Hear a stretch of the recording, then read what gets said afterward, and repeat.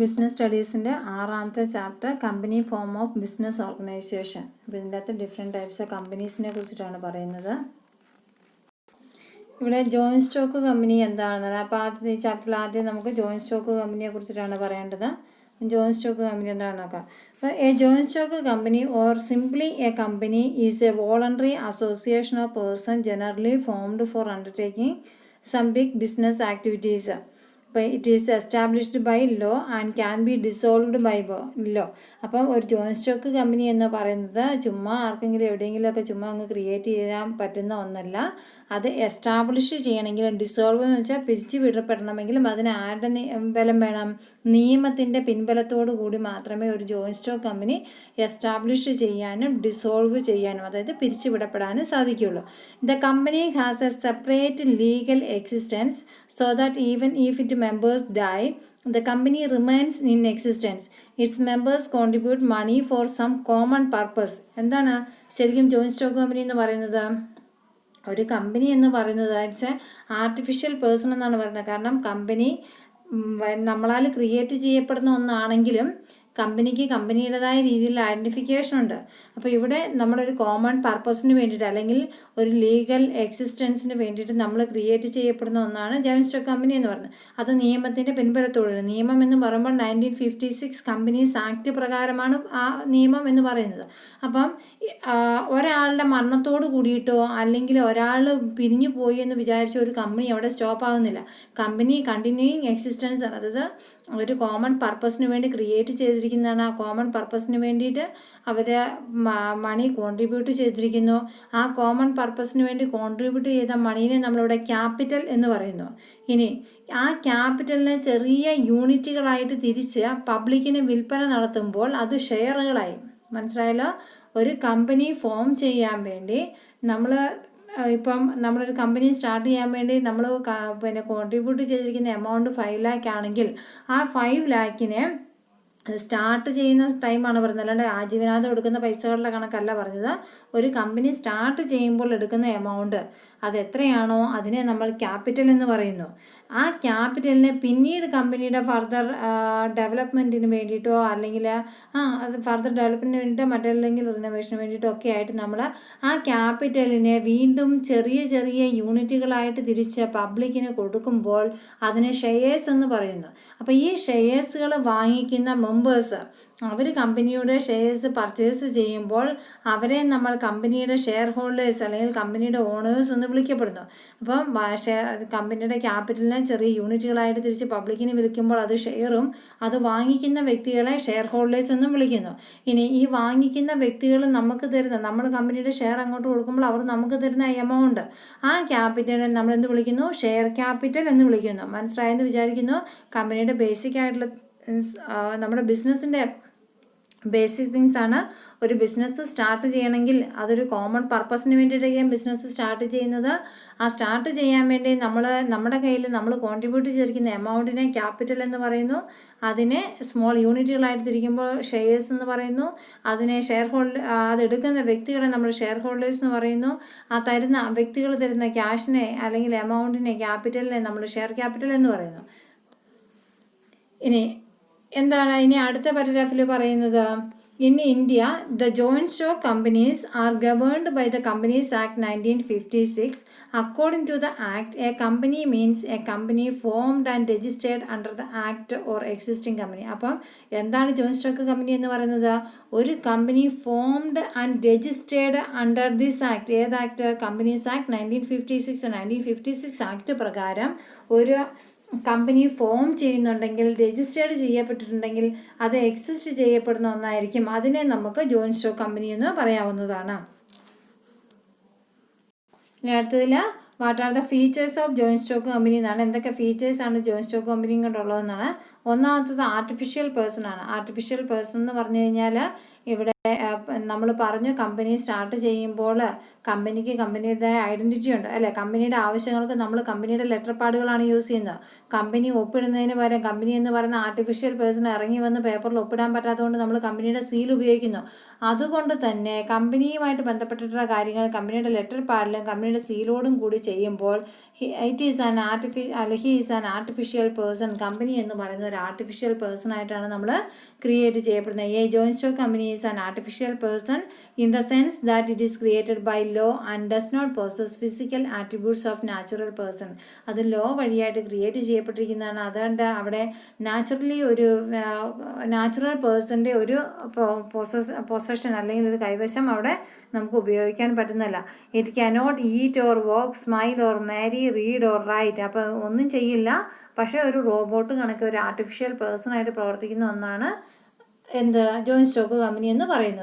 Second point formation ആണ്. അപ്പോൾ formation of A joint stock company എന്ന് പറയുന്നത് അത് ടൈം കൺസ്യൂമിങ് ആണ്. കാരണം പല ഡോക്യുമെൻറ്റ്സും കാര്യങ്ങളും റിക്വയർമെൻറ്റ്സും ഒക്കെ ഉണ്ടാകും. അത് കമ്പനീസ് ആക്ട് പ്രകാരം അത് അതുപോലെ തന്നെ രജിസ്റ്റർ ചെയ്യണം, നമ്മുടെ ഡോക്യുമെൻറ്റ്സ് സബ്മിറ്റ് ചെയ്യണം, റിക്വയർമെൻറ്റ് കംപ്ലീറ്റ് ആക്കണം. ഇതൊക്കെ ചെയ്യുമ്പോഴാണ് നമുക്ക് അത് കമ്പനി ഫോം ചെയ്യുക എന്ന് പറയുന്നത്.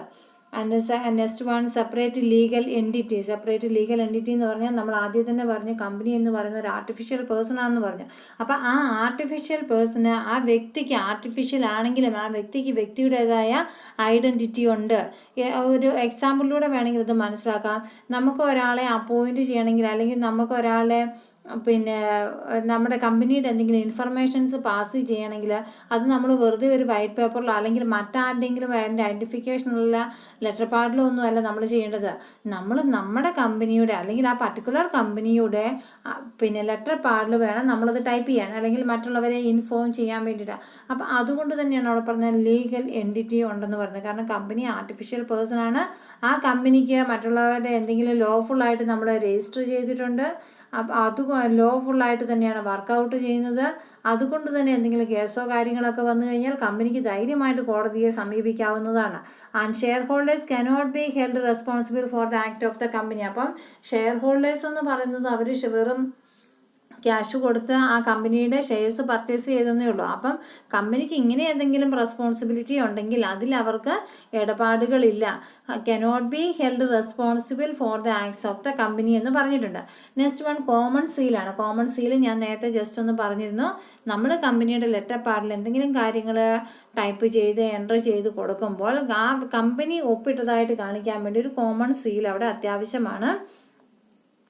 It must act through it's board of directors. അപ്പോൾ ആ കോമൺ സീൽ ആരാ യൂസ് ചെയ്യുന്നത്? ബോർഡ് ഓഫ് ഡയറക്ടേഴ്സ് ത്രൂ ആണ് ആ കോമൺ സീൽ യൂസ് ചെയ്യുന്നത്. അപ്പം കമ്പനി എന്ന് പറയുന്നത് ശരിക്കും ഒരു ആർട്ടിഫിഷ്യൽ പേഴ്സൺ ആണ്. അവിടെ ഒരു ഐഡൻറ്റിറ്റി ഉണ്ട്. അവർ എഴുതിയ ലെറ്റർ ആണെന്ന് ബോധ്യപ്പെടുത്താൻ വേണ്ടി അതിൻ്റെ ഒരു കോമൺ സീലുണ്ട്. അപ്പോൾ ഇതൊക്കെ കമ്പനിയെ സംബന്ധിച്ചുള്ള വ്യത്യസ്തമായ കാര്യങ്ങളാണ്. പെർപ്പച്വൽ എക്സിസ്റ്റൻസ്, അതായത് ഒരു കമ്പനി എന്ന് പറയുമ്പോൾ അവിടെ 2ൽ കൂടുതൽ ആൾക്കാർ എന്തായാലും കാണും. അപ്പോൾ ആ കമ്പനിയിൽ ഇനി ഇൻ കേസ് ഒരാളുടെ ഡെത്ത് സംഭവിച്ചാൽ അല്ലെങ്കിൽ ഇൻസോൾവൻസി സംഭവിച്ചാൽ, ഇവിടെ ഡെത്ത് ലുണാസി ഇൻസോൾവൻസി പറഞ്ഞിട്ട് ഡെത്ത് മീൻസ് മരണമാണ്. ലുണാസി എന്ന് പറഞ്ഞാൽ മെൻ്റൽ ഡിപ്രഷൻ അല്ലെങ്കിൽ പച്ച മലയാളത്തിൽ പറഞ്ഞാൽ ഭ്രാന്താവുക എന്നുള്ളതാണ്. ഇൻസോൾവൻസി മീൻസ് പാപ്പരാവുക. അതായത് ഒരു നയാ പൈസ പോലും അവനവൻ്റെ പേരിൽ സ്വന്തമായിട്ട് എടുക്കാനില്ലാത്ത വ്യക്തി, 1 രൂപ പോലും എടുക്കാനില്ലാത്ത വ്യക്തി, സ്വന്തമായിട്ടൊരു സ്വത്തോ കാര്യങ്ങളോ ഒന്നുമില്ലാത്തൊരു വ്യക്തിയെ പാപ്പരാവുക എന്നുകൊണ്ടാണ് ഉദ്ദേശിക്കുന്നത്. അപ്പോൾ അങ്ങനെയുള്ള വ്യക്തികളെ നമുക്ക് ഇൻസോൾവൻസി ആവുന്നതിലൂടെ അല്ലെങ്കിൽ റിട്ടയർമെൻറ്റിലൂടെയോ കമ്പനി അവിടെ സ്റ്റോപ്പ് ആവുന്നില്ല. പകരം പുതിയ മെമ്പേഴ്സ് വരുന്നു, കമ്പനി സ്ഥിരമായിട്ട് അവിടെ നിലനിൽക്കുന്നു. അതുകൊണ്ടാണ് പെർപ്പച്വൽ എക്സിസ്റ്റൻസ് എന്ന് പറയുന്നത്. ലിമിറ്റഡ് ലയബിലിറ്റി ഓഫ് മെമ്പേഴ്സാണ്. അപ്പോൾ കമ്പനിയുടെ അണ്ടറിൽ വരുന്ന മെമ്പേഴ്സിനൊക്കെ അവർക്ക് ഒരു ലിമിറ്റേഷൻ ഉണ്ട്. അവർക്ക് എത്ര പേരെ കടം വാങ്ങിക്കാൻ പറ്റും, എത്ര പേരെ റിസ്ക് ഏറ്റെടുക്കാൻ പറ്റും എന്നുള്ള കാര്യങ്ങളൊക്കെ നമ്മൾ രജിസ്റ്റർ ചെയ്യുമ്പോൾ തന്നെ അവിടെ കൃത്യമായിട്ട് മെൻഷൻ ചെയ്യണം. അപ്പോൾ the company form of business is able to attract large number of people to invest their money in shares because it offers them facility of limited risk and liability. The liability of a members is limited to the extent of the amount of shareholders he hold. അപ്പോൾ അതുകൊണ്ടാണ് ഇവിടെ പറയുന്നത് കമ്പനിയുടെ liability limited ആണെന്ന് പറയുന്നത്. കാരണം കമ്പനിക്ക് ആവശ്യമുണ്ടെങ്കിൽ എത്ര പേരെ വേണമെങ്കിലും ഷെയർ ഹോൾഡേഴ്സായിട്ട് അല്ലെങ്കിൽ കമ്പനിയുടെ ഷെയർസ് എത്ര പേർക്ക് വേണമെങ്കിലും പർച്ചേസ് ചെയ്യാവുന്നതാണ്. പക്ഷേ അവിടെയൊക്കെ റിസ്ക് ലിമിറ്റഡ് ആണ്, ലയബിലിറ്റി ഉണ്ട് എന്നുള്ള കാര്യം പറയുന്നത്. ഇവിടെ ഒരു എക്സാമ്പിൾ പറയുന്നുണ്ട്. A holds 1 share of ₹100 and has paid ₹75 on that share. His liability would be limited only up to 25, അതായത് 100 രൂപയുടെ ഷെയർ 75 രൂപയ്ക്ക് വാങ്ങി ബാക്കി 25 രൂപ കൊടുക്കാനുണ്ട്. അപ്പോൾ ആ ഷെയർ ഹോൾഡറെ സംബന്ധിച്ച് അവരുടെ ലയബിലിറ്റി എന്ന് പറയുന്നത് ഇനി 25 രൂപയാണ്. കാരണം 25 രൂപയും കൂടെ കൊടുത്തു കഴിഞ്ഞാൽ അവർക്ക് കമ്പനിയുമായിട്ടുള്ള ബാധ്യത അവിടെ കംപ്ലീറ്റ് ആയി എന്നുള്ളതാണ്. Next one transferability of shares ആണ്. കാരണം the members of the company are free to transfer the shares held by them to the others and when they like. അതായത് ഒരാളിപ്പോൾ കമ്പനിയുടെ ഷെയർ ഹോൾഡർ ആയെന്ന് പറഞ്ഞാൽ ആജീവനാന്ത കാലം അയാൾ കമ്പനിയുടെ ഷെയർ ഹോൾഡർ ആയിട്ടിരിക്കണം എന്നില്ല. അയാൾക്ക് എപ്പം അതിനോട് താല്പര്യം കുറവ് തോന്നുന്നു അത് മറ്റൊരാൾക്ക് മറിച്ച് വിൽക്കാവുന്നതാണ്, മറിച്ച് വിൽക്കാവുന്നതോ കൈമാറാവുന്നതുമാണ്. Next membership. To form a joint stock company a minimum of 2 members are required in the case of private limited company and 7 members in case of public limited company. അപ്പം ഒരു ജോയിന്റ് സ്റ്റോക്ക് കമ്പനി ഫോം ചെയ്യണമെങ്കിൽ private company ആണെങ്കിൽ അവിടെ minimum of 2 members are required in case of private limited company. അപ്പം private company ആണെങ്കിൽ അവിടെ minimum 2 members, public company ആണെങ്കിൽ അവിടെ മിനിമം 7 members കമ്പൽസറിയാണ്. The maximum limit is 50 in case of private limited company. അപ്പോൾ private limited company 2 to 50 ആണ് members limit വരുന്നത്. അതേസമയം പിന്നെ പബ്ലിക് കമ്പനിൻ്റെ ദർ ഇസ് നോ ലിമിറ്റ് ആണ്. കാരണം മിനിമം 7 members വേണം, പക്ഷെ മാക്സിമം എത്രയും ആവാമെന്നുള്ളതാണ്. അപ്പോൾ മെമ്പർഷിപ്പിനും അവിടെ പ്രത്യേകതകളുണ്ട്. അപ്പോൾ നെക്സ്റ്റ് വൺ ഡെമോക്രാറ്റിക് ആണ്. ഡെമോക്രാറ്റിക് മാനേജ്മെൻറ്റ് എന്ന് പറഞ്ഞു കഴിഞ്ഞാൽ എല്ലാവരും, ഡെമോക്രസി എന്ന് പറയുന്നത് എന്താണ്, ജനാധിപത്യമാണല്ലോ. അപ്പോൾ അവിടെ മെമ്പേഴ്സായിട്ടുള്ള എല്ലാവർക്കും അതിനകത്ത് ഇൻവോൾവ്മെൻറ്റ് ഉണ്ടെന്നാണ് ഇവിടെ ഉദ്ദേശിക്കുന്നത്. It is not possible for them to look after the day to day management of the company. They may take part in deciding the general policies of the company but the day-to-day affairs of the company are managed by their elected representatives called directors. അപ്പം ഈ പറയുന്ന share ഹോൾഡേഴ്സിനെല്ലാം കൂടെ company പക്ഷേ അവിടെ വന്നിട്ട് company look after ചെയ്യാനുള്ള അസൗകര്യങ്ങളുണ്ടാവും. അപ്പോൾ അതിന് പകരം അതിനായിട്ട് അവർ ഇലക്ട് ചെയ്യപ്പെട്ടിരിക്കുന്ന ഷെയർ ഹോൾഡേഴ്സിനാൽ ഇലക്ട് ചെയ്യപ്പെട്ടിരിക്കുന്ന കുറച്ച് വ്യക്തികളുണ്ട്, അതാണ് ഡയറക്ടേഴ്സ്. ഇപ്പം ഡയറക്ടേഴ്സിൻ്റെ കൺട്രോളിൽ കമ്പനി ലുക്ക് ആഫ്റ്റർ ചെയ്യുന്നുണ്ടാവും. അപ്പോൾ അത്രയും പോയിന്റുകളാണ് ഫീച്ചേഴ്സ് ഓഫ് ജോയിന്റ് സ്റ്റോക്ക് കമ്പനിയെ ബേസ് ചെയ്തിട്ടുള്ള. അപ്പോൾ ഇവിടെ 1 word ക്വസ്റ്റ്യൻസ് എന്ന് പറഞ്ഞാൽ കമ്പനീസ് ആക്ട് എന്താണ്, പ്രൈവറ്റ് ലിമിറ്റഡ് കമ്പനിയുടെ ലിമിറ്റഡ് മെമ്പേഴ്സ് ലിമിറ്റേഷൻ എത്രയാണ്, മാക്സിമം മെമ്പേഴ്സ് ലിമിറ്റേഷൻ, പ്രൈവറ്റ് കമ്പനിയുടെയും പബ്ലിക് കമ്പനിയുടെ, ഇതൊക്കെ 1 word ക്വസ്റ്റ്യൻസ് ആയിട്ട് ഇപ്പോഴും ചോദിച്ചുകൊണ്ടിരിക്കുന്നതാണ്. ഇനി അടുത്ത സെക്ഷൻ എന്ന് പറയുന്നത് ടൈപ്സ് ഓഫ് ജോയിന്റ് സ്റ്റോക്ക് കമ്പനിയാണ്. അതിൽ ഏറ്റവും ഇമ്പോർട്ടൻ്റ് എന്ന് പറയുന്നത് പ്രൈവറ്റ് കമ്പനി, പബ്ലിക് കമ്പനിയാണ്. അപ്പോൾ പ്രൈവറ്റ് കമ്പനി എന്താണെന്നും പബ്ലിക് കമ്പനി എന്താണെന്നും ഓൾമോസ്റ്റ് അധികവും ചോദിക്കാൻ ചാൻസ് ഉള്ള മറ്റൊരു ക്വസ്റ്റ്യനാണ് difference between private company and public company. അപ്പം differences between private company and public company separate ആയിട്ട് പഠിക്കണമെന്നില്ല. പകരം പ്രൈവറ്റ് കമ്പനി എന്താണെന്നും പബ്ലിക് കമ്പനി എന്താണെന്നും പഠിച്ചാൽ തന്നെ നിങ്ങൾക്ക് അതിനുള്ള ആൻസർ ചെയ്യാൻ പറ്റും. അപ്പം നമുക്ക് നോക്കാം പ്രൈവറ്റ് കമ്പനി എന്താണെന്ന് നോക്കാം. Under the companies act 1956, by private company we mean company which has the following features. അപ്പോൾ പ്രൈവറ്റ് കമ്പനി എന്ന് പറയുമ്പോൾ നോർമലി കമ്പനികളെ എങ്ങനെ പറയുന്നത്, the most important ones are the based on limits of on membership, നെയിമിൽ മെമ്പർഷിപ്പിൻ്റെ ബേസിൽ കമ്പനികളെ രണ്ടായിട്ട് തിരിച്ചിട്ടുണ്ട്, private company and public company. അതുപോലെ തന്നെ പ്രൈവറ്റ് കമ്പനി എന്ന് പറയുമ്പോൾ അത് 1956 ആക്ട് പ്രകാരം രജിസ്റ്റർ ചെയ്തിരിക്കുന്ന കമ്പനികളെ നമുക്ക് പ്രൈവറ്റ് കമ്പനി എന്ന് പറയാൻ പറ്റും. അതിൻ്റെ ഫീച്ചേഴ്സാണ് പറയുന്നത്. It cannot have more than 50 members, അതായത് മിനിമം 2 ആയിരിക്കണം, മാക്സിമം 50 ആയിരിക്കണം. It cannot invite the public to purchase its shares.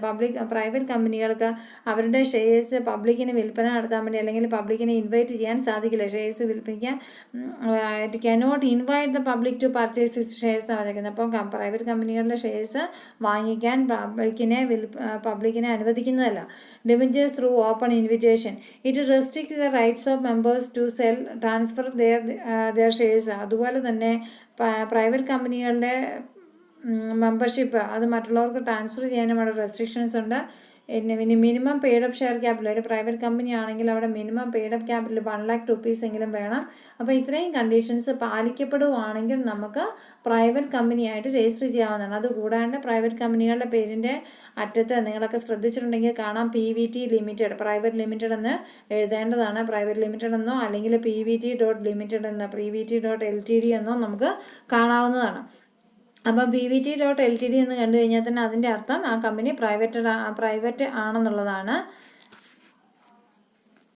അത് മാത്രമല്ല പ്രൈവറ്റ് കമ്പനികൾ കുറേ കമ്പനീസ് ആക്ട് പ്രകാരമുള്ള കുറേ റെഗുലേഷൻസിൽ നിന്ന് പ്രൈവറ്റ് കമ്പനികൾക്ക് കുറേ എക്സംഷൻസും ഉണ്ട്. ഇനി നെക്സ്റ്റ് പബ്ലിക് കമ്പനി എന്താണെന്ന് നോക്കാം. പബ്ലിക് കമ്പനിയുടെ ലിമിറ്റേഷൻസും കാര്യങ്ങളും നമ്മൾ നേരത്തെ ജസ്റ്റ് ഒന്ന് മനസ്സിലാക്കി വെച്ചിരുന്നു. അപ്പം four starting business on large scale one needs A huge capital which even 50 members of a private company cannot provide. അപ്പോൾ എന്താ പറഞ്ഞേക്കുന്നത്, ഹ്യൂജ് ക്യാപിറ്റലുള്ള അല്ലെങ്കിൽ ലാർജ് സ്കെയിൽ ഇൻഡസ്ട്രീസിനെ ബേസ് ചെയ്തിട്ട് കുറഞ്ഞത് which even 50 members of a private company cannot provide. അതായത് private കമ്പനിയിലാണെങ്കിൽ 50 members വരെ മതി. പക്ഷേ പബ്ലിക് കമ്പനി എന്ന് പറയുന്നത് എന്താണ്, a public company means a company which is not a private company. Public company എന്ന് പറയുന്നത് എന്താണ്, a public company means a company which is not a private company. അതാണ് പിന്നെ പബ്ലിക് കമ്പനി എന്തുകൊണ്ട് അർത്ഥമാക്കുന്നത്. അപ്പോൾ പബ്ലിക് കമ്പനി എന്താണെന്ന് ചോദിച്ചു കഴിഞ്ഞാൽ ഈ ഒരൊറ്റ പോയിന്റ് കൊടുത്താൽ മതി. പ്രൈവറ്റ് കമ്പനി അല്ലാത്തതിനെയൊക്കെ നമ്മൾ പബ്ലിക് കമ്പനി എന്ന് പറയുന്നത്. അപ്പോൾ എന്തൊക്കെയാണ് ഫീച്ചേഴ്സ് നോക്കാം. It can invite the public to subscribe to shares and debentures to by open invitation. കാരണം ഇതിൻ്റെ ഷെയർസിനെയും ഡിബഞ്ചേഴ്സിനെയും ഒക്കെ വേണ്ടിയിട്ട് നമുക്ക് പബ്ലിക്കിനെ ഇൻവൈറ്റ് ചെയ്യാൻ സാധിക്കും, കൊടുക്കാൻ വേണ്ടിയിട്ട് വാങ്ങിക്കാൻ വേണ്ടിയിട്ട് നമുക്ക് പിന്നെ പബ്ലിക്കിനെ ഇൻവൈറ്റ് ചെയ്യാൻ സാധിക്കുന്നു. മിനിമം 7 മെമ്പേഴ്സും മാക്സിമം എത്രയാണ്, അൺലിമിറ്റഡ് നോ ലിമിറ്റാണ് അവിടെ പറഞ്ഞിരിക്കുന്നത്. അപ്പോൾ maximum no limit of maximum നമ്പേഴ്സുമാണ് വേണ്ടത്. പിന്നെ ദർ ഈസ് നോ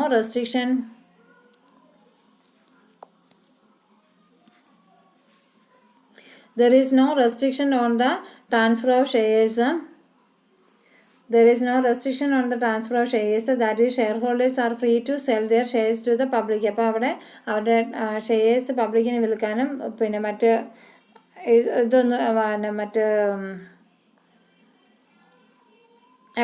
മറ്റ് റെസ്ട്രിക്ഷൻസ് ഒന്നുമില്ല, നിയന്ത്രണങ്ങളൊന്നുമില്ല എന്നാണ് പറയുന്നത്. അപ്പോൾ ഇത് public company must have minimum paid up capital of 5 lakh rupees. അപ്പോൾ നമ്മൾ പ്രൈവറ്റ് കമ്പനിയുടെ കേസ് പറഞ്ഞ മിനിമം പെയ്ഡ് അപ്പ് ക്യാപിറ്റൽ എത്ര വേണം, 1 lakh rupees ആണ്. അതേസമയം പബ്ലിക് കമ്പനിയുടെ 5 lakh rupees ആണ് പറയുന്നത്.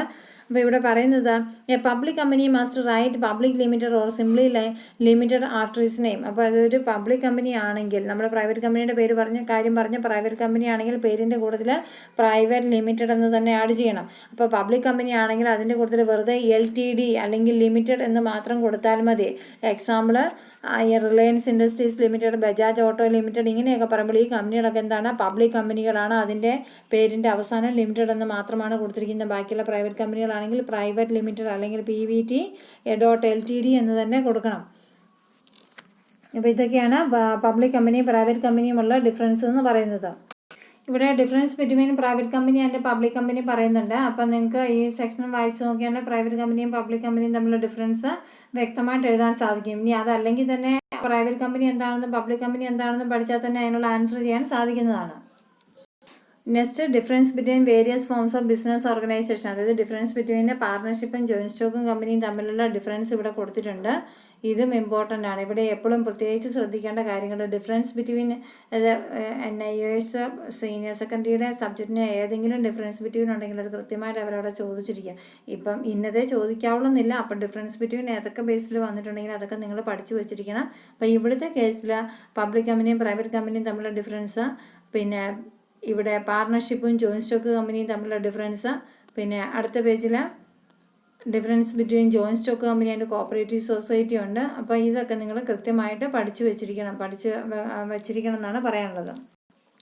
ഇനി അടുത്തത് മൾട്ടിനാഷണൽ കോർപ്പറേഷനാണ്. മൾട്ടിനാഷണൽ കോർപ്പറേഷൻ എന്ന് പറഞ്ഞു കഴിഞ്ഞാൽ നമുക്കറിയാം MNC കമ്പനി അല്ലേ, എല്ലാവരും പഠിച്ചിറങ്ങി പിന്നീട് നമ്മുടെ ചേട്ടന്മാരെയൊക്കെ കാണുമ്പോൾ എവിടെ ഇപ്പോൾ വർക്ക് ചെയ്യുന്നത്, ഞാൻ MNCയിലാണെന്ന് പറയും. അപ്പോൾ എന്താ MNC എന്ന് അറിയണ്ടേ, MNCയിലാണ് എന്ന് പറയുമ്പോൾ നമുക്കത് മനസ്സിലാക്കാൻ വേണ്ടിയിട്ട്. അപ്പോൾ ഇവിടെ പറയുന്നുണ്ട് MNC എന്ന് പറയുന്നത് എന്താണെന്ന് ഇവിടെ വ്യക്തമായിട്ട് പറയുന്നുണ്ട്. എന്താണ് പറയുന്നത്, MNC മീൻസ് ഇവിടെ ഈ ഒരു പാരഗ്രാഫിൽ ഈ ഒരു ഏരിയയിൽ പറയുന്നുണ്ട് MNC എന്താണെന്ന്. അപ്പം simply speaking A multinational corporation also termed as multinational companies. അപ്പം നമ്മൾ മൾട്ടിനാഷണൽ കോർപ്പറേഷൻ പോലെയുള്ള കമ്പനികളെ മൾട്ടിനാഷണൽ കമ്പനീസ് എന്ന് വിളിക്കുന്നു.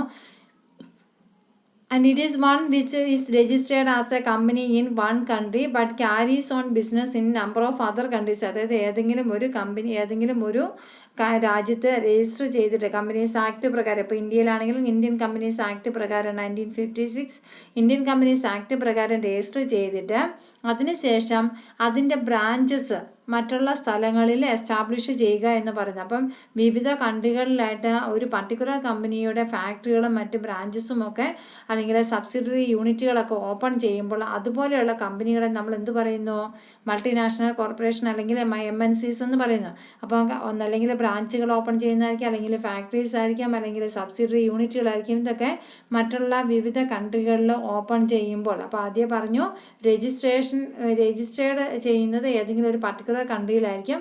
ബാക്കിയുള്ള ഓപ്പറേഷൻസും ഫാക്ടറീസ്, ബ്രാഞ്ചസ്, സബ്സിഡറി യൂണിറ്റുകളൊക്കെ മറ്റുള്ള രാജ്യങ്ങളിൽ ഓപ്പൺ ചെയ്യുമ്പോൾ നമുക്ക് അതുപോലെയുള്ള കമ്പനികളെ മൾട്ടിനാഷണൽ കോർപ്പറേഷൻ അല്ലെങ്കിൽ MNC കമ്പനികളെന്ന് പറയാൻ പറ്റും. Such a company may produce goods or arrange services in one or more countries and sell these in the same or other countries. അപ്പം ഒരിടത്ത് തന്നെ മറ്റുള്ള സ്ഥലങ്ങളിൽ ഇതിൻ്റെ ബിസിനസ്സുകൾ ഓപ്പൺ ചെയ്യുകയും ഒന്നല്ലെങ്കിൽ അവിടെ തന്നെ അത് വിൽപ്പന നടത്തുകയും അതല്ലെങ്കിൽ അവിടെ മീൻസ് പ്രൊഡക്ഷൻ സെൻറ്റേഴ്സ് മാത്രവും വീണ്ടും വിൽപ്പനയോ അല്ലെങ്കിൽ സർവീസസോ മറ്റു രാജ്യങ്ങളിലോ ഒക്കെ ആയിരിക്കാം. അപ്പോൾ ഇങ്ങനെ അറേഞ്ച് ചെയ്യപ്പെടുന്ന കമ്പനികളെയാണ് നമ്മൾ എന്ത് പറയുന്നത്? MNC കമ്പനികൾ എന്ന് പറയുന്നത്. അപ്പോൾ MNC കമ്പനികൾക്ക് 1-2 ഉദാഹരണങ്ങൾ തന്നിട്ടുണ്ട്. ഹുണ്ടായി മോട്ടോർ കമ്പനിയുണ്ട്, കൊക്കോകോളയുണ്ട്, സോണി കോർപ്പറേഷനുണ്ട്, മക്ഡൊണാൾഡ് ഉണ്ട്. അപ്പോൾ ഇങ്ങനെ ഒരുപാട് കമ്പനികൾ മറ്റുള്ള രാജ്യങ്ങളിൽ രജിസ്റ്റർ ചെയ്യുകയും വർക്കിംഗ് മറ്റുള്ള രാജ്യങ്ങളിൽ നടത്തുകയും ചെയ്യുമ്പോൾ നമുക്ക് അതുപോലെയുള്ള കമ്പനികളൊക്കെ എന്ത് പറയാൻ പറ്റും? മൾട്ടിനാഷണൽ കോർപ്പറേഷൻ കമ്പനി എന്ന് പറയാൻ പറ്റും. അപ്പോൾ ഇവിടെ ഫീച്ചേഴ്സ് ഓഫ് ഗ്ലോബൽ എൻ്റർപ്രൈസസ്. ഇപ്പോൾ മൾട്ടിനാഷണൽ കമ്പനി എന്ന് പറഞ്ഞാലും ഗ്ലോബൽ എൻ്റർപ്രൈസസ് എന്ന് പറഞ്ഞാലും സെയിം മീനിങ് ആണ് വരുന്നത്. അപ്പം എന്തൊക്കെയാണ് ഫീച്ചേഴ്സ് എന്ന് വെച്ച് കഴിഞ്ഞാൽ, ഒന്നാമത്തെ സെൻട്രലൈസ്ഡ് മാനേജ്മെൻ്റ് ആണ്. കാരണം നമ്മൾ ആദ്യം പറഞ്ഞു മൾട്ടിനാഷണൽ കമ്പനി ഏതെങ്കിലും ഒരു പർട്ടിക്കുലർ കൺട്രിയിലായിരിക്കും രജിസ്റ്റർ ചെയ്യാണ്. അപ്പം ആ രജിസ്റ്റർ ചെയ്തിരിക്കുന്ന കൺട്രിയിലായിരിക്കും അതിൻ്റെ ഹെഡ് ക്വാർട്ടേഴ്സ് വരിക. അപ്പോൾ അവിടെ ഇരുന്നു കൊണ്ടാണ് തീരുമാനങ്ങൾ മുഴുവൻ നടത്തുന്നത്. ഏതൊക്കെ കമ്പനിയിൽ ഏതൊക്കെ ബ്രാഞ്ചസിൽ എവിടെയൊക്കെ ബ്രാഞ്ചസ് ഓപ്പൺ ചെയ്യണം, എവിടെയൊക്കെ സബ്സിഡറി കമ്പനീസ് ഉണ്ട്, അവിടെയുള്ള വർക്കിംഗ് കണ്ടീഷൻസ് എന്താണ്, പിന്നെ അവിടുത്തെ ഹെഡ് ഓഫീസുമായിട്ട് ബന്ധപ്പെട്ട എല്ലാ കാര്യങ്ങളും ഈ ഹെഡ് ക്വാർട്ടേഴ്സിൽ ഇരുന്നിട്ടാണ് തീരുമാനിക്കുന്നത്. അതുകൊണ്ട് തന്നെ നമുക്ക് മൾട്ടിനാഷണൽ കമ്പനിയെ എന്ത് പറയാൻ പറ്റും? സെൻട്രലൈസ്ഡ് മാനേജ്മെൻറ്റ് എന്ന് പറയാൻ പറ്റുന്നതാണ്.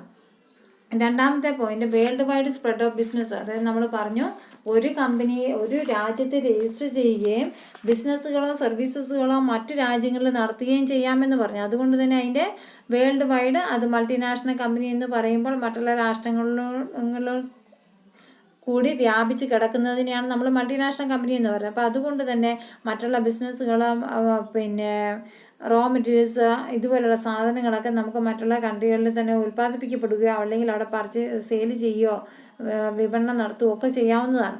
അപ്പോൾ അതിൻ്റെ മറ്റൊരു പ്രത്യേകത, ഒരു പക്ഷേ നമ്മളിപ്പോൾ അമേരിക്കൻ കൺട്രീസിലൊക്കെ അവിടെ ചില വർക്കൗട്ട്, ഞാനിതിന് മുമ്പ് BP-യുടെ കേസുകളൊക്കെ പറയുന്നില്ല, ബിസിനസ് പ്രോസസ്സിങ് ഔട്ട്സോഴ്സിൻ്റെ കേസുകൾ. അപ്പോൾ അങ്ങനെ പറയുമ്പോൾ അവിടെയുള്ള ആൾക്കാരെ തന്നെ അതിന് ഉപയോഗിച്ച് കഴിഞ്ഞാൽ അവിടെ ലേബറിങ് കോസ്റ്റ് കൂടുതലായതുകൊണ്ട് എന്ത് ചെയ്യുന്നു?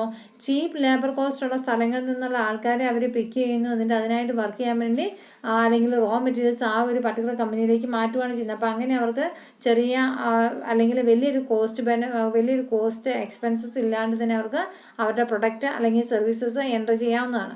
ഇനി ബെറ്റർ ക്വാളിറ്റി ഓഫ് പ്രൊഡക്ട്സ്. എന്തുകൊണ്ടാണ് ബെറ്റർ ക്വാളിറ്റി ഓഫ് പ്രൊഡക്ട്സ് എന്ന് പറഞ്ഞത്? കാരണം ഒരു രാജ്യത്ത് ഒരു മുക്കിൽ മാത്രം ഒതുങ്ങിത്തീരുന്നില്ല, ഗ്ലോബലൈസ്ഡ് ആണ്. അതുകൊണ്ട് തന്നെ അതിൻ്റെ ക്വാളിറ്റി അത്രത്തോളം സ്പെഷ്യൽ അറ്റൻഷൻ കൊടുക്കുന്ന ഒന്നായിരിക്കും.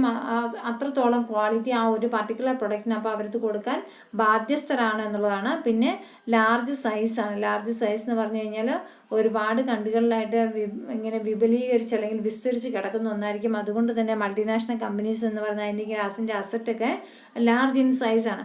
എക്സാമ്പിൾ പറഞ്ഞിട്ടുണ്ട്, value of the assets of the IBM company ഏതാണെന്ന് നമുക്കറിയാം അല്ലേ?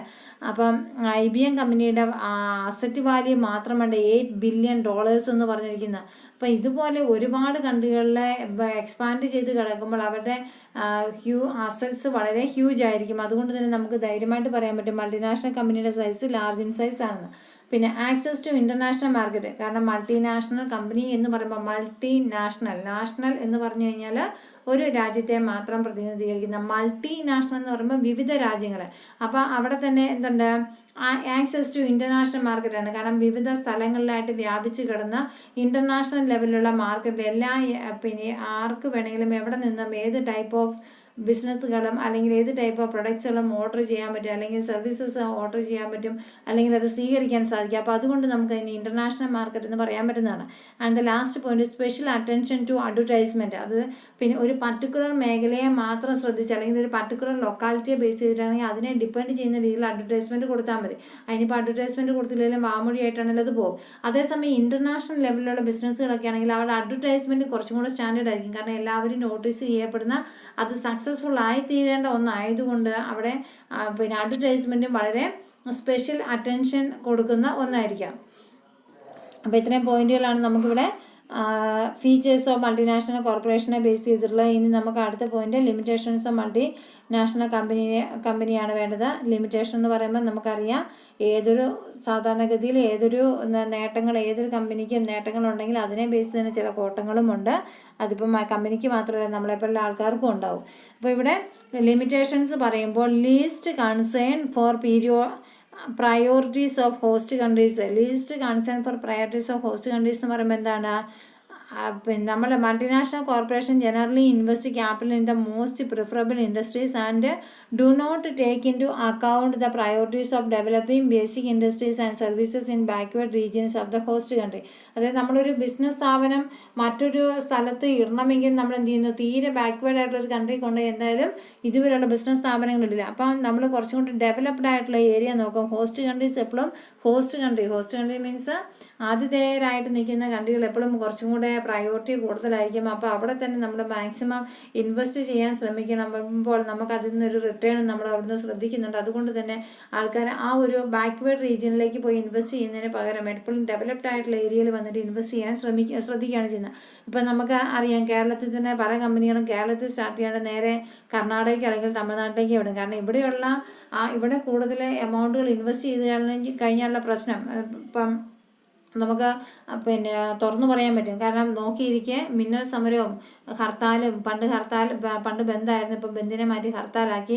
അല്ലെങ്കിൽ എന്തെങ്കിലുമൊക്കെ ആയിട്ട് കാരണങ്ങൾ കൊണ്ട് ഇല്ല, ഇനി ഒരു കാരണവുമില്ലെങ്കിൽ ഇനി കാരണങ്ങൾ ഉണ്ടാക്കി ഇഷ്ടം പോലെ പണിമുടക്കുകൾ നടത്തുന്ന ഒരു സ്ഥലമാണ്, ഒരു സംസ്ഥാനമാണ് കേരളം എന്ന് പറയുന്നത്. അതുകൊണ്ട് മിക്ക ആൾക്കാർക്കും തന്നെ അല്ലെങ്കിൽ മിക്ക ഇൻവെസ്റ്റേഴ്സിനും തന്നെ ബിസിനസ് പീപ്പിൾസിനും തന്നെ കേരളത്തിൽ ഫണ്ട് ഇൻവെസ്റ്റ് ചെയ്യാൻ ഭയങ്കര പേടിയാണ്. മറ്റൊന്നും കൊണ്ടുമല്ല, ഒരു മാസം ഉണ്ടെങ്കിൽ അതിൽ 10 ദിവസവും ചിലപ്പോൾ ഓഫ് ഡേ ആയിരിക്കും.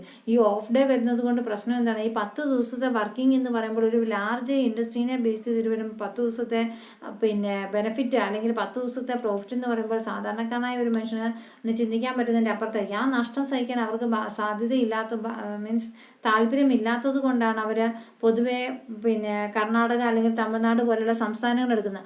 അവിടെ ഈ പറഞ്ഞ പോലെ ഹർത്താലും ബന്ധുവൊന്നും നോക്കി ആരും ഇരിക്കുന്നില്ല. എല്ലാവർക്കും എല്ലാ ദിവസവും ഒരുപോലെയാണ്.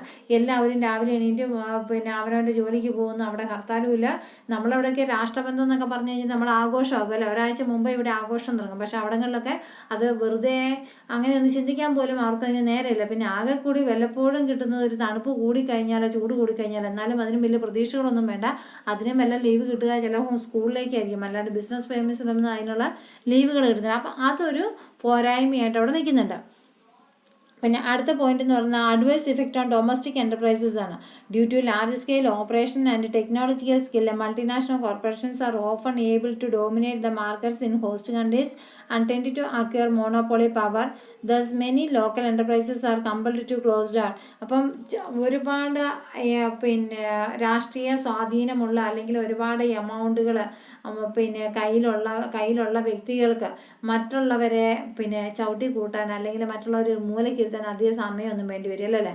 അപ്പോൾ അവരുടെ കയ്യിലുള്ള കാശ് മുടക്കും അല്ലെങ്കിൽ ടെക്നോളജി സ്കില്ലും അതുപോലെ അതിന് ഏബിളായിട്ടുള്ള പിന്നെ വർക്കേഴ്സും ഒക്കെ ഉണ്ടെങ്കിൽ മറ്റുള്ളവരെ ഒരു മൂലയ്ക്ക് എത്താൻ വലിയ താമസം ഉണ്ടായില്ല. പിന്നെ ഒരു എക്സാമ്പിൾ പറയുകയാണെങ്കിൽ നിങ്ങൾക്ക് എളുപ്പം മനസ്സിലാവുന്നത്, നേരത്തെയൊക്കെ ആണെങ്കിൽ നമ്മുടെ കേരളത്തിൽ ഒരുപാട് ടെലികോം, കേരളത്തിൽ മാത്രമല്ല ഇന്ത്യ മൊത്തം ബേസ് ചെയ്ത് പറയുകയാണെങ്കിൽ പിന്നെ എന്തായിരുന്നു, വോഡാഫോൺ, എയർടെൽ, ജിയോ, റിലയൻസ്, ഇങ്ങനെ കുറേ പിന്നെന്തായിരുന്നു MTN അങ്ങനെ എന്തൊക്കെയോ കുറേ ടെലികോം സർവീസസ് വന്നിരുന്നു.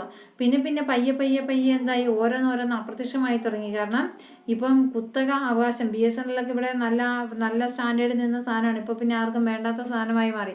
അപ്പോൾ അത് ഒരു സൈഡിലേക്ക് മാറ്റിക്കൂട്ടുകയാണ് ചെയ്യുന്നത്. എന്തുകൊണ്ടാണ്? ജിയോ അല്ലെങ്കിൽ റിലയൻസ് കമ്പനിയുടെ ഇടപെടൽ കൊണ്ട്, റിലയൻസിൻ്റെ മോണോപോളി പവർ കൊണ്ട് അതിനെ ബാക്കിയുള്ള എല്ലാത്തിനെയും പിടിച്ചു നിൽക്കാൻ പറ്റാൻ കപ്പാസിറ്റി ഇല്ലാത്ത വോഡാഫോണൊക്കെ ആരുടെ കൂടെ കൂടി, ഐഡിയയുടെ കൂടെ കൂടി. ഇനി BSNL ഒരു മൂലയ്ക്ക് ഇരുത്തിയിട്ടുണ്ട്. എപ്പോഴത് നാമാവശേഷമാകുന്നതെന്ന് പറയാൻ പറ്റത്തില്ല. പിന്നെയുള്ളത് ജിയോയാണ്. അപ്പം ജിയോ ഈ കളിക്ക് ഇറങ്ങാൻ വേണ്ടിയിട്ട് എന്ത് ചെയ്തു? ജിയോ മാക്സിമം ആദ്യം ഒരു രണ്ട് വർഷമല്ലല്ലോ, ഇപ്പോൾ ഒരു 4 വർഷമായി കാണുമെന്ന് എനിക്ക് തോന്നുന്നു. അപ്പോൾ ഒരു 4 വർഷം മുന്നേ എല്ലാവർക്കും ഫ്രീ ആയിട്ട് സിം എടുക്കുന്ന എല്ലാ വ്യക്തികൾക്കും ഫ്രീ ആയിട്ട് കുറേ നെറ്റ് സൗകര്യങ്ങളൊക്കെ കൊടുത്തു.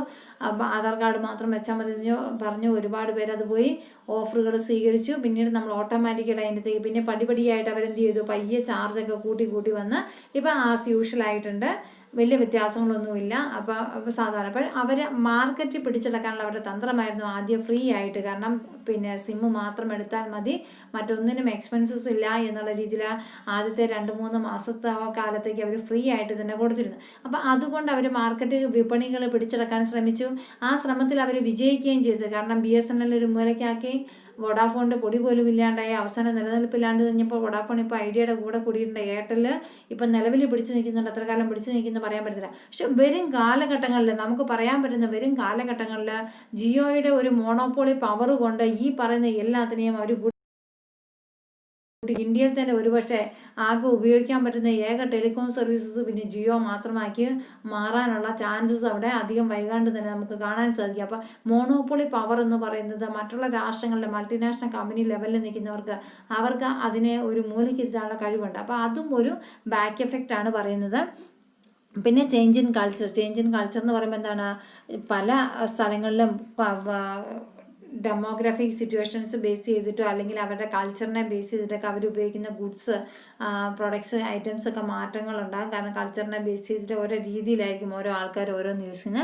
അപ്പോൾ കൾച്ചറിനെ ബേസ് ചെയ്ത് ചെറിയ ചെറിയ ചേഞ്ചസുകളൊക്കെ അവിടെ ബിസിനസ്സിൽ സംഭവിക്കാമെന്നുള്ളതാണ്. അപ്പോൾ തണുപ്പ് കാലത്ത് നല്ല തണുപ്പുള്ള സമയത്ത് ഇവിടുന്ന് കൊണ്ടുവന്ന് ചില മെറ്റീരിയൽസ് അവിടെ ഉപയോഗിക്കാൻ പറ്റത്തില്ല. അല്ലെങ്കിൽ ഇവിടെ ഇപ്പോൾ പുറമേ നിന്ന് കൊണ്ടുവരുന്ന നല്ല തണുപ്പ് കാലത്ത് ഉപയോഗിക്കുന്ന സാധനങ്ങൾ മഴക്കാലത്ത് ഉപയോഗിക്കാം. പക്ഷേ നനഞ്ഞു കഴിഞ്ഞാൽ നമുക്കത് ഉണക്കാനുള്ള ബുദ്ധിമുട്ട്, അങ്ങനെയുള്ള പല പ്രശ്നങ്ങളും. അല്ലെങ്കിൽ ഞാൻ ജസ്റ്റ് എക്സാമ്പിളിന് വേണ്ടി അല്ലെങ്കിൽ മനസ്സിലാക്കാൻ വേണ്ടി ജസ്റ്റ് 1-2 എക്സാമ്പിൾ പറഞ്ഞു തന്നെയുള്ളൂ. അപ്പോൾ ഇങ്ങനെയുള്ള ചേഞ്ച് ഇൻ കൾച്ചറും ഈ പറയുന്ന മൾട്ടിനാഷണൽ കമ്പനിനെ ഒരുപാട് അഫക്റ്റ് ചെയ്യുന്നതാണ്. അപ്പോൾ ഈ ചാപ്റ്ററിൽ വളരെ കുറച്ച് കാര്യങ്ങൾ ഇമ്പോർട്ടൻ്റ് ആയിട്ടുള്ള തിങ്സാണ് ഞാനിവിടെ പറഞ്ഞിരിക്കുന്നത്. അപ്പോൾ നിങ്ങളിതൊന്ന് വായിച്ച് നോക്കി മനസ്സിലാക്കുക. പിന്നെ പ്രത്യേകിച്ച് difference between in private company, public company, അല്ലെങ്കിൽ cooperative society, joint stock company, partnership firm, joint stock company, ഇങ്ങനെയുള്ള ഡിഫറൻസസ് ഒരിക്കലും വിട്ട് കളഞ്ഞേക്കല്ല. അത് എപ്പോഴും പഠിച്ചു വെക്കണം. അത് എപ്പോഴും തന്നെ അങ്ങനെയുള്ള ചോദ്യങ്ങൾ നിങ്ങൾക്ക് പ്രതീക്ഷിക്കാവുന്നതാണ്.